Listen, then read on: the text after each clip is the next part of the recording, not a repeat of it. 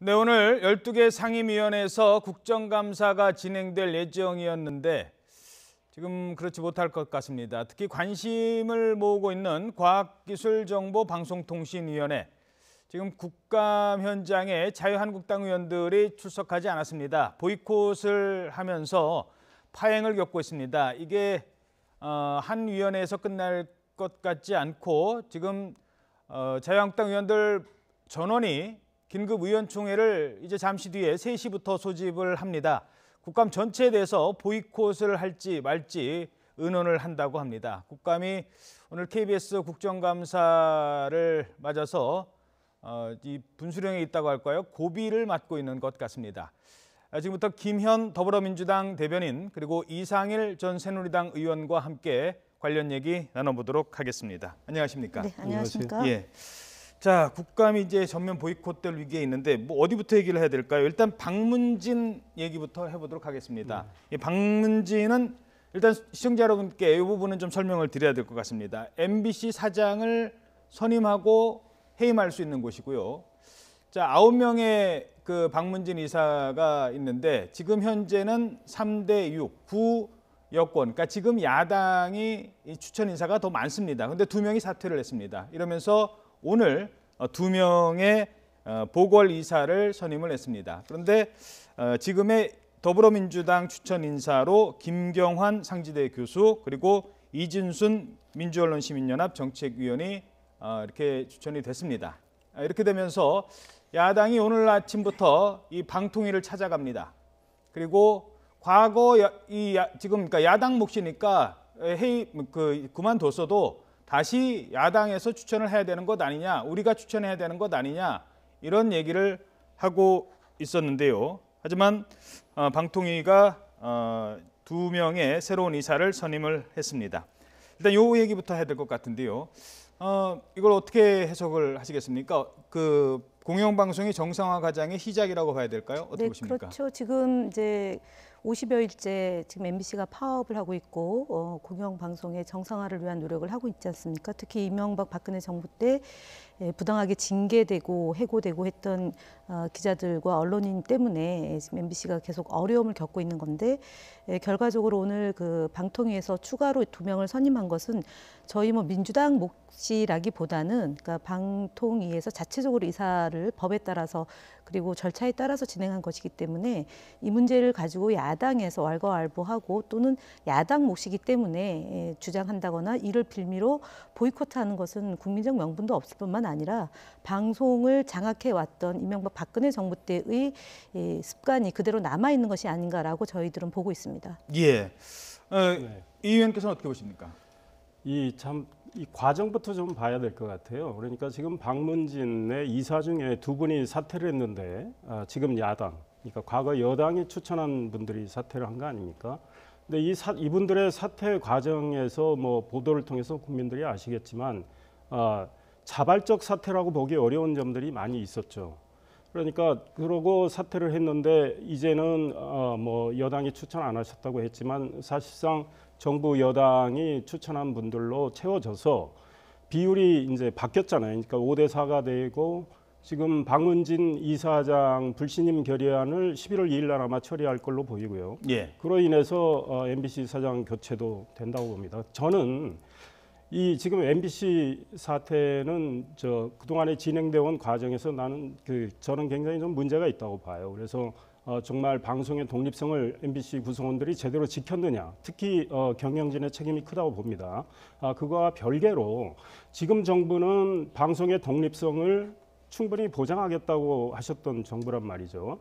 그런데 과거 정부를 비판하면서 과거 정부에 비슷한 걸 지금 답습을 하는 듯한 모습이 있어요. 그래서 이게 방송 정상화의 시작이라고 말씀하실 수도 있지만 우리가 지켜봐야 되겠지만 또 다른 방송 독립성의 침해의 시작이 될 수도 있겠다 이런 걱정을 하게 되는데요. 오늘 또 지금 자유한국당에 계신 분들이 찾아가서 이호성 방송위원장께 이야기를 했더니 이건 우리 목이다 이런 이야기를 하니까 이호성 방송위원장은 이명박 정부 시절에도 이런 사례가 있었다. 근데 이명박 정부 시절에 그런 사례가 있었습니다. 그랬더니 그 시절에 지금 여당, 당시 야당은 또 이 방송 장악 의도로서 이렇게 하는 거라고 굉장히 반발을 했어요. 그래서 이런 어떤 잘못된 것들이 계속 반복이 돼서는 안 되겠다. 그래서 정말 이번 정부는 그동안에 강조해왔던 이거를 앞으로 방송 독립성 이거를 좀 실천에 옮기는 조치를 취해줘야 되는데 지금 그와는 좀 다른 길로 가는 거 아니냐 이런 생각하게 됩니다. 중요한 거는 그 지금 선임대 그러니까 임명되신 분이 과연 그 방통위원회 활동을 잘할 수 있는 적임자이냐 아니면은 방송의 공정성에 기여할 분이냐 이런 점들을 좀 놓고 봐야 될 것 같습니다. 그래서 지금 두 분의 경우는 뭐 저희 더불어민주당하고는 관련이 없는 분들이고요. 특히 이 방송 쪽에 깊이 이제 전문성을 갖고 그동안 활동을 해왔던 분들이기 때문에 그리고 또 우리 방송계의 발전을 위해서 나름대로 객관적인 그런 의견들을 가지고 계신 분들이기 때문에 그 문제에 지금 걱정하시는 뭐 방송의 독립성을 훼손한다거나 아니면 이명박 박근혜 정부 때 있었던 방송에 대한 장악 또는 편파성, 부당성 이런 것들에 대해서 문재인 정부가 혹여라도 그럴 수 있는 가능성에 대해서 염두를 두고 있는 것 같은데요. 그런 것에 대해서는 크게 염려하지 않으셔도 된다. 그리고 특히나 저희 그 시민사회단체에서 방송의 공정성이나 객관성이나 이런 부분에 대해서 늘 감시하고 있고 제대로 하지 못하는 부분에 대해서는 저희들은 계속 존중하는 입장으로 보고 있기 때문에 지금 이제 이 의원님께서 말씀하신 부분에 대해서는 그건 기우이다라는 말씀을 드리겠습니다. 정말 기우이길 바라는데요. 네. 지금 KBS 노조가 지금 파업 중에 있지 않습니까? 예. 근데 그 KBS 노조도 지금 문재인 대통령의 생각에 대해서 비판하는 입장을 낸 적이 있습니다. 최근에 문재인 대통령께서 뭐라고 하셨냐면 지금 여당이 야당일 때 내놓은 방송법 개정안이 있습니다. 그 개정안 내용은 어떤 거냐면 방송의 독립성, 중립성을 강화하기 위해서 이 여당 야당 추천을 7대 6으로 거의 차이가 없게 하고 사장 선임과 관련해서 3분의 2의 찬성을 얻어야 특별 다수제를 채택을 해야 사장이 되겠다. 이런 법안을 냈어요. 저는 굉장히 좋은 법안이라고 생각을 합니다. 그런데 이 법안과 관련해서 대통령께서 지금 그 법안이 꼭 필요하느냐, 이 방송사 사장을 기계적 균형을 맞추는 그런 분으로 꼭 채울 필요가 있느냐고 말씀하신 이후에 이호성 지금 방통위원장도 국회에서 상임위 때죠. 국감 때가 아니고 상임위 때 이 방송법 개정안에 대해서 부정적인 입장을 밝히셨어요.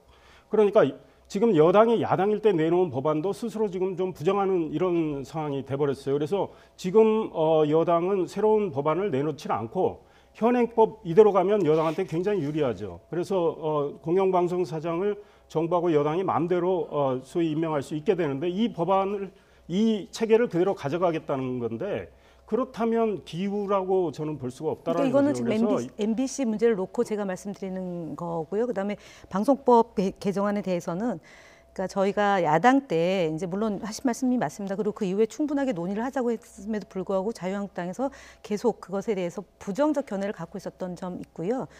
지금 각기방송통신위원회에서 이 문제에 대해서 방송법 개정안에 대해서 논의를 하고 있고 저는 진전이 있을 거라고 봅니다. 예, 그러니까 뭐 좀 쉽게 설명드리면 지금은 이제 과반을 넘으면 그러니까 사장으로 임명할 수 있는 의사결정 구조인데 이거를 3분의 2가 넘게 하는 이른바 특별다수 법안을 사실 이제 민주당에서 과거 제출했던 법안이 있기 때문에 이걸 통해서 더 해야 된다라는 거고 아직은 그게 폐기됐다라고 얘기할 수는 없습니다. 논의합니다. 네. 앞으로 과정을 진행해 봐야 되는데 대통령께서 이 법안이 과연 필요한가라는 말씀을 또 하셨고 방통위원장이 또 대통령 그 말씀을 받아서 말씀을 하셨기 때문에 그 걱정은 안 할 수가 없는 상황이 됐어요. 대통령께서 말씀하신 취지는 그러니까 방송의 독립성과 공정성과 객관성을 유지할 수 있는 사장이 추천되어야 되는데 특별 다수제로 가다 보면 이도 저도 아니게 될 수 있는 우려를 표시하신 겁니다. 그래서 그 우려를 담아서 국회에서 논의하면 된 일이지 지금 현재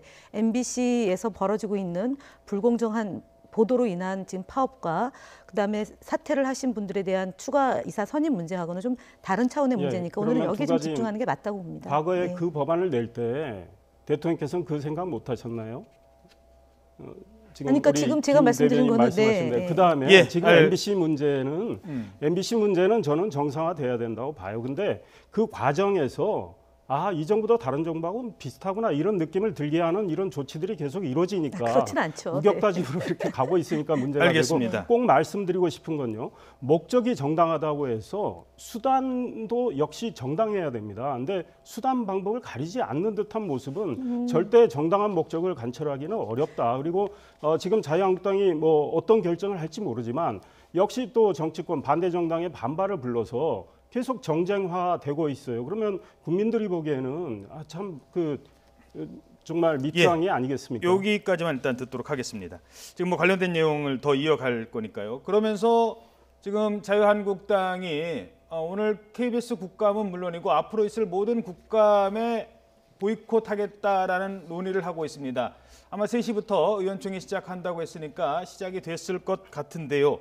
이 부분에 대해서 얘기를 나누도록 하죠. 지금 KBS 국감 때문에 전체 국감을 보이콧할 상황인지에 대한 판단부터 먼저 해주시죠. 어떻게 보십니까? 그러니까 지금 고대영 사장이 오늘 출석해서 지난번 그 200만 원 수수권 당시에 이제 노무현 대통령 관련해서 국정원이 개입됐다라는 보도를 못하도록 했다는 그 이제 KBS 측에 KBS 새노조 측의 그 사실관계에 대한 확인이 있었고요. 예. 그다음에 국정원 전직 IO가 당시 본인이 200만 원을 드렸고 그다음에 그 지출 내역서까지 확보하고 있다라고 얘기했음에도 불구하고 고대영 사장께서 부인하고 그런 사실이 없다라고 얘기했고 그것에 대한 진위 공방을 하기 위해서 오늘 국정감사 기간이 잡혀 있는데 아주 공교롭게도 지금 KBS 사장이 증인 출석을 했는데 그 시간에 이제 방통위로 찾아가서 항의를 하면서 국회 보이콧을 선언한 겁니다. 그럼 그 질문 지금 이제 못 하고 있는 거고요. 어찌 보면은 KBS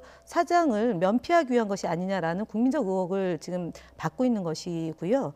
지금 고대영 사장이 오늘 그냥 그 출석했다가 지금 보이콧하면서 그냥 되돌아갔다는 거 아니겠습니까? 이런 점에 대해서는 사실은 물론 뭐 그 야당 입장에서 항의할 수 있고 찾아가서 의견을 개진할 수는 있지만 보다 중요한 것은 지금 KBS 고대영 사장이 불법한 행위를 했다라고 지금 문제 제기되고 있는 뿐만 아니라 지금 KBS도 파업 농성을 하고 있지 않습니까? 그러면 국민들에게 왜 이런 일이 발생했는지를 국회의원들은 소상히 밝히고 다시는 이런 일이 없도록 진위를 소상히 보고를 해야 되는데 이렇게 파행으로 가는 것은 온당하지 못하다라고 보여집니다. 예.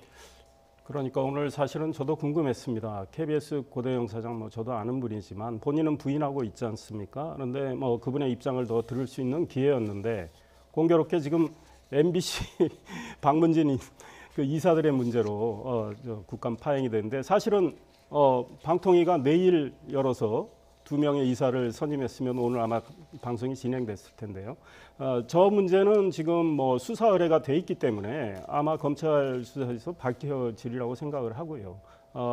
지금 자유한국당이 오늘 오후 3시에 국회 본관 외결위 회의장에서 의총을 열어서 국감을 보이콧할지 말지를 결정한다는 거 아니겠습니까? 저는 예. 뭐 지금 현재 당적이 없는 사람인데 이 자유한국당이 저는 충분히 오늘 이여성 위원장이 이런 조치를 한 데 대해서 항의하고 비판할 수 있다고 생각합니다. 그런데 그리고 여러 가지 앞으로 국회에서 뭐 농성도 할 수 있고 장애투쟁도 할 수 있다고 생각하는데 국정감사는 국정감사대로 진행을 하는 게 저는 옳겠다. 국정감사는 정말 국회의 가장 큰 의무입니다. 국회의원들이. 그리고 사실은 국민들을 위해서 진행이 되는 거고요. 행정부의 여러 가지 잘못된 것들을 고칠 수 있는 좋은 기회이기 때문에 그리고 야당한테 더 좋은 기회예요. 그래서 국정감사는 진행하면서 또 방송 문제는 따지는 게 좋겠다.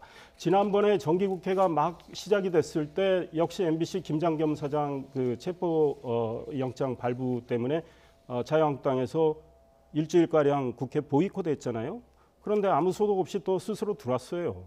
그때도 다른 두 야당이 동조하지 않았습니다. 그런데 만약에 지금 국감 보이콧을 해가지고 국민의당 바른정당까지 동조를 해서 같이 보이콧하면 이 상황은 심각해지는데 예. 다른 두 당이 정말 그럴까는 모르겠습니다. 그렇기 때문에 오늘 의총에서 진지하게 논의하시되 저는 국감을 진행하고 또 방송 문제는 계속 국회에서 또 장애에서 얼마든지 따질 수 있지 않을까 이런 생각 해봅니다. 예, 뭐 그 부분에 대해서는 두 분의 생각이 크게 다르지 않은 것 같아서요. 이 정도만 듣도록 하죠. 좀 본질적인 제가 질문 하나만 드리도록 하겠습니다. 지금 진행되고 있는 그 50일 넘는 박 방송사의 파업 그리고 과거 정권부터 계속 논란이 되고 있는 방송 장악 문제에 대해서 이게 어디서부터 문제 해법을 찾아야 되는지, 지금이라도 문제를 풀자면 어디서부터 찾아야 되는지에 대한 시각일 수도 있겠습니다. 공영방송을 정상화시켜야 된다. 다시 말해서 지난 정권 때 억울하게 뭐 파업했다는 이유로 다니던 직장 못 다니고 엉뚱한 데 발령나고 지금 그래서 정권 바뀌었으니까 이제라도 다시 돌려놔야 된다라는 생각을 가지시는 분들이 있고요. 물론 거기에 동조하지 않는 건 아닙니다만, 그렇다고 해서 지난 정권이 잘못했던 방법을 답습해서 왜 그 방식대로 하느냐, 달라졌으면 좀 더 달라진 방식으로 해야 되지 않느냐라는 의견이 있을 수 있습니다. 아까 두 분이 얘기를 하셨습니다만 짧게 좀 한 1분 정도 시간을 드리겠습니다. 이 사태 어떻게 풀어야 될까요? 저희 국민들이 이제 문재인 정부가 들어서고 나서 그동안 쌓였던 잘못된 관행 또는 적폐들을 소상히 매일같이 눈 뜨면 이제 보고되고 있고 알게 되고 있는데요. 예. 사실은 블랙리스트도 굉장히 중요한 지난 정부의 잘못된 일 아니겠습니까?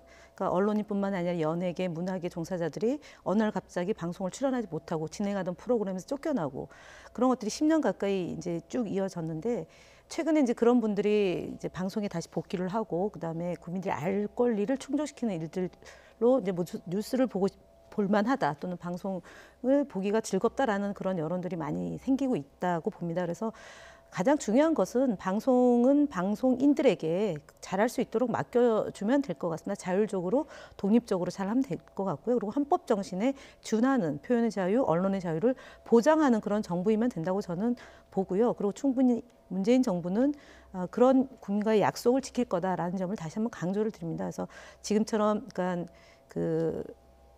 방송이 파업 때문에 많은 분들이 몇 달 동안 월급도 못 받고 지금 계속 고생을 하고 계시잖아요. 그리고 또 제가 나와서 지금 방송한 YTN 역시도 그런 아픔이 있었던 회사였고 그게 이제 복원되는 과정이라고 보는데, 방송이 이 파업을 통해서 어려운 일들이 없도록 하는 것이 저희 문재인 정부의 역할이고 임무이다라는 점을 말씀드립니다. 예. 저도 사실은 비슷한 생각이에요. 여기 정치가 권력이 자꾸 방송에 개입을 하다 보니까 지금 방송 독립성이 침해당하고 결국은 우리가 이해하기 어려운 일들. 예컨대 저도 기자 출신이지만 기자를 하다가 어느 날 스케이트장 관리로 간다. 이게 말이 안 되는 일이죠. 그런데 권력이 그 권력의 유혹을 뿌리치지 못하고 방송을 장악하려 했기 때문에 그런 겁니다. 그런데 지금 정부는 정말 달리하겠다고 했는데 다른 모습을 좀 보여줘야 되는데 정말 그런 모습을 지금 보이고 있는가에 대해서 의문이 생겨요. 그래서 정치가 좀 개입하지 않고 방송이 스스로 좀 풀어갔으면 좋겠다. 그런데 이게 사실은 언론적으로는 맞는데 현실은 쉽지 않아요. 이미 타겟이 된 경영진들은 또 이 여러 가지 이유로 버티기를 하고 있기 때문에, 그러나 이 좀 더 시간을 갖고 좀 정부는 일종의 큰 가이드라인으로 해서 방송이 좀 자율적으로 이 문제를 풀어가는 게 그런 환경을 조성하는 게 맞겠다. 그 다음에 제도를 제대로 바꿔야 되겠다. 이미 말씀드린 방송법 개정을 제대로 해가지고 정말 정부의 입김이 행사되지 않는 경영진이 앞으로 구성이 돼서 방송을 이끌도록 이런 제도를 만들어야 되겠다, 이런 생각입니다. 알겠습니다. 하나만 더 할까요? 하지만 그러기 위해서는 그 전에 있었던 여러 가지 문제점들, 지금 본인은 아니라고 합니다만 어찌됐든 국정원 개혁위를 통해서 공개가 됐던 그 200만 원 수수 사건이라든가 또 그저께 나왔던 그 이정현 전 홍보수석의 KBS 세월호 사태와 관련돼서 보도를 하지 말라에 대한 이런 어떤 의혹들에 대해서는 좀 명쾌히 좀 밝혀져야 되지 않느냐. 당연히 그렇습니다. 이런 부분도 있을 것 당연히 같습니다. 그렇습니다. 지금 세월호 유가족들이 지난번에 이제 MBC 파업 현장 또 KBS 파업 현장에 가서 그 울분을 토로했던 것은 뭐냐면, 당시에 제대로 보도를 했다면 우리가 그렇게 많은 고통을 겪지 않을 수도 있었던 거 아니냐, 원망하는 것이 아니라 공정방송으로 거듭나서 국민의 알 권리를 충족해주고 진상 규명을 위해서 보다 노력을 기울여 달라라는 취지의 말씀을 하셨습니다. 그래서 지금 그러니까 이제 저희가 예전에 훨씬 더 과거로 돌아가면 5.18 때 광주 문제가 터졌을 때요. 그때 분노한 광주 시민이 MBC를 향해서 정말 그 분노를 표출했듯이 그런 저희 현대사에서 그런 많은 언론이 제 역할을 못했을 때 언론 스스로의 자정 노력도 있었고, 또는 분노한 국민들이 언론사를 향해서 굉장히 높은 강도의 비판을 가했던 적도 있습니다. 그래서 보다 중요한 것은 잃어버린 10년 동안에 있었던 그런 언론이 공정하지 못함으로써 제대로 보도하지 못함으로써 고통받는 분들에게 사과하고 예. 진정으로 거듭나는 그런 언론인들의 노력이 있어야 되고 그다음에 저희 정부도 마찬가지로 법 개정을 통해서 또는 여당이 법 개정을 통해서 국회가 또 그런 노력을 통해서 국민들에게 충족해주는 그런 노력을 해야 되지 않을까 알겠습니다. 싶습니다. 자, 뭐 비슷한 생각이신 것 같아서 따로 질문 드리지 않겠습니다. 다른 얘기 질문 드릴 게 있어서요. 네네. 자, 이번에는 보수 통합과 관련된 얘기를 좀 나눠보겠습니다. 열심히 통합을 논의 중인 정치권에 다소 뭐 정치권 입장에서는 어떨지 모르겠습니다만 여론조사 결과가 나왔는데 우리 국민 10명 가운데 4명은요. 어떤 정당 간의 통합도 현재로서는 바라지 않는다. 이런 결과가 나왔습니다. 지금 정당 간 여론조사인데요. 통합에 대한 여론조사입니다. 모든 통합에 대해서 반대한다가 38.7% 가장 많았습니다. 한국당, 자유한국당과 바른정당의 통합에 대해서는 17%가 찬성을 했고요. 그리고 민주당과 국민의당의 통합은 16% 찬성입니다. 그리고 국민의당과 바른정당, 최근에 논의가 되고 있었던 통합에 대해서는 14%만이 통합에 찬성을 했습니다. 쉽게 말해서 지금 통합을 해서 정치적인 어떤 그 공학적인 움직임을 만들지 말아달라라는 의견이 많은 것 같습니다. 리얼미터가 10월 24일부터 25일간 조사를 한 내용입니다. 바른정당의 결국 그래서 지금은 뭐 국민의당과 통합론이 한참 하다가 네. 지금 이제 정책연대 수준만 갑시다라고 돼 있는데 지금 바른정당 내 분위기는 어떻습니까?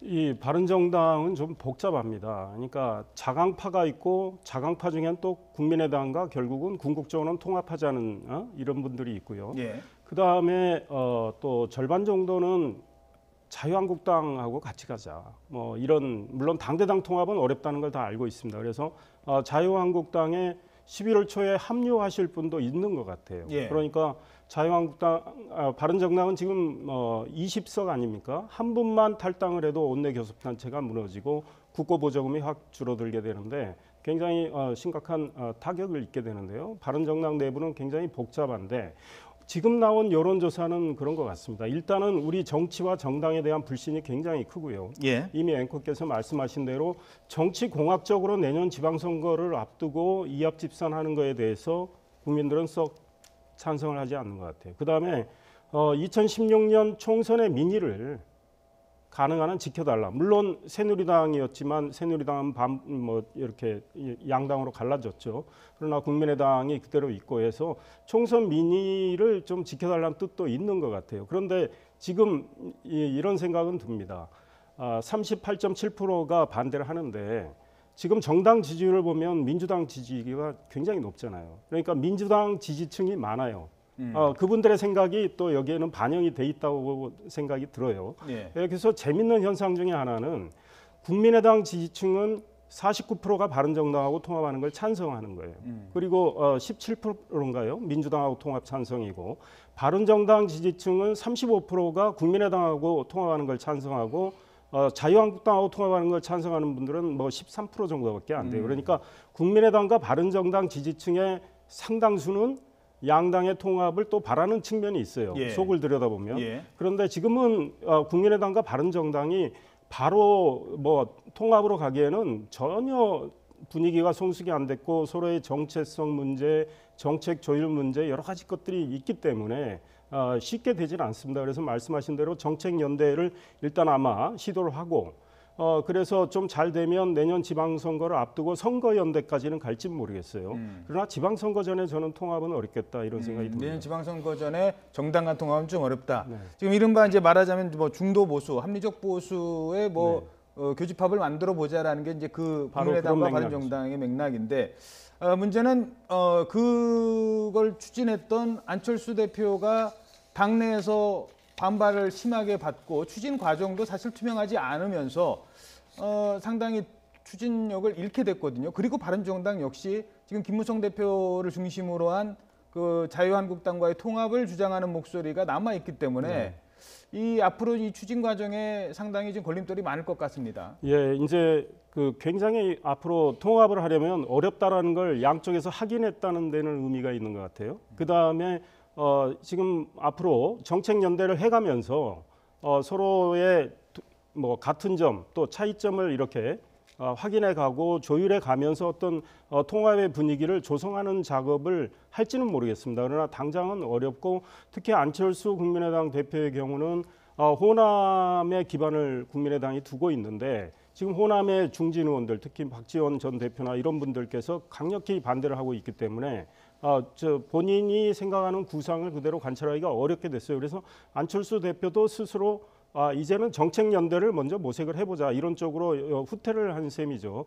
그러나 안철수 대표가 정책 연대를 만약에 중심이 돼서 잘 꾸려간다면 나중에 바른정당과 통합할 여지는 좀 있겠다. 다만 그때 바른정당은 우리가 생각하는 20석의 바른정당이 아니고 이미 바른정당 일부가 자유한국당으로 탈당한 뒤에 바른정당일 수 있겠다 이런 생각이 듭니다. 알겠습니다.